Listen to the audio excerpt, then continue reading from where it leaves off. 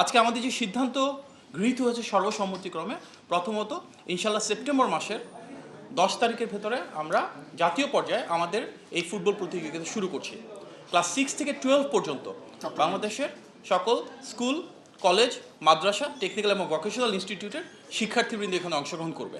Total প্রায় 50,000-এর মতন শিক্ষা প্রতিষ্ঠান পার্টিসিপেট করবেন। সকল ছেলে শিক্ষার্থীদের জন্য এটি বাধ্যতামূলক, প্রত্যেকটা টিম স্কুল থেকে টিম পার্টিসিপেট করবে, এবং মেয়ে শিক্ষার্থীদের জন্য এটা ঐচ্ছিক, ওনারা প্রয়োজন মনে করলে অংশগ্রহণ করবেন। এবং আমরা সরকারের দিক থেকে সর্বাত্মক সহযোগিতা এবং অনুপ্রেরণা দিয়ে ওনাদের পাশে ইনশাল্লাহ থাকবো।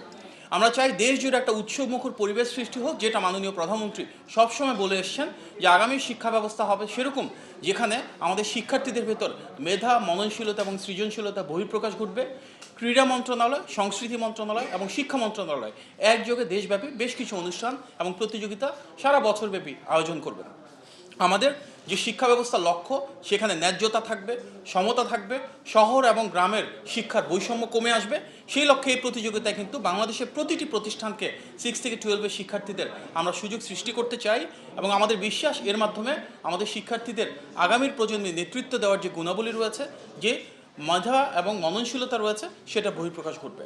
আজকে সর্বসম্মতিক্রমে এখানে সিদ্ধান্ত গৃহীত হয়েছে যে সংশ্লিষ্ট প্রতিটি মন্ত্রণালয় তাদের সহযোগিতা প্রদান করবে। যে মাঠগুলোতে খেলা অনুষ্ঠিত হবে সেই মাঠগুলো সেভাবে প্রস্তুত করা হবে।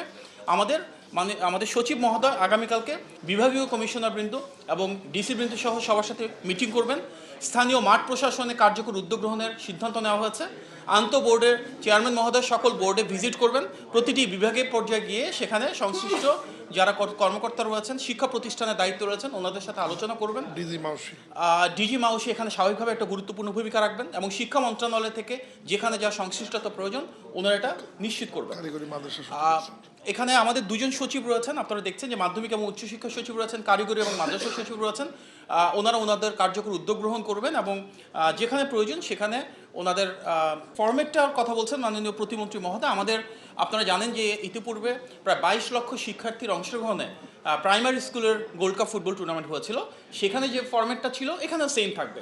আমরা যেহেতু বলছি সারা বাংলাদেশের তৃণমূল থেকে আমরা খেলোয়াড় তৈরি করতে চাই, এখানে প্রথমে উপজেলা পর্যায়ে হবে, তারপর জেলা পর্যায়ে হবে, তারপর বিভাগ পর্যায়ে হবে, তারপর জাতীয় পর্যায়ের ফাইনাল খেলা অনুষ্ঠিত হবে। এবং আমাদের প্রথম যে ফার্স্ট ম্যাচটা অনুষ্ঠিত হবে সেখানে ইনশাল্লাহ আমরা প্রত্যাশা করছি মাননীয় প্রধানমন্ত্রী উপস্থিত থাকবেন, এবং প্রাইমারি স্কুল ফুটবল টুর্নামেন্টের মতন ফাইনালও ইনশাল্লাহ আমরা ওনার উপস্থিতি কামনা করছি।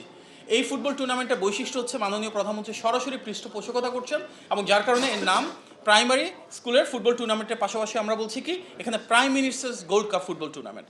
সুতরাং মাননীয় প্রধানমন্ত্রী সরাসরি অনুপ্রেরণা যোগাবেন, এবং আমাদের এখানে আজকে যেমন মাননীয় প্রতিমন্ত্রী মহোদয় দুজনকে আপনারা দেখতে পাচ্ছেন, আমাদের মাননীয় মন্ত্রী মহোদয় যারা এই স্ট্যান্ডিং কমিটিতে ছিলেন ওনারাও ছিলেন, সচিব মহোদয় বৃন্দ সহ আমরা সমন্বিতভাবে সিদ্ধান্ত নিয়েছি যে প্রতিটি মন্ত্রণালয় যা তার জায়গা থেকে দায়িত্বপূর্ণ ভূমিকা পালন করবে, এবং যেখানে যে কার্যকর উদ্যোগ গ্রহণের প্রয়োজন রয়েছে আমরা সমন্বিতভাবে সেটা নিশ্চিত করবো ইনশাল্লাহ।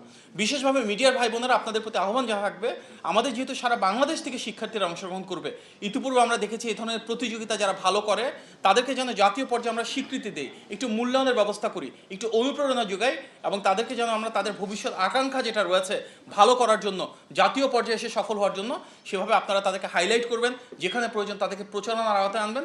ইনশাল্লাহ আমরা চাই সরকারের দিক থেকে, নীতিমালাগত দিক থেকে এবং প্রতিযোগিতাকে সুষ্ঠুভাবে আয়োজনের মাধ্যমে একটা সাংস্কৃতিক, ক্রীড়া এবং শিক্ষার ত্রিপাক্ষীয় একটা বিপ্লব সৃষ্টি করতে ইনশাল্লাহ।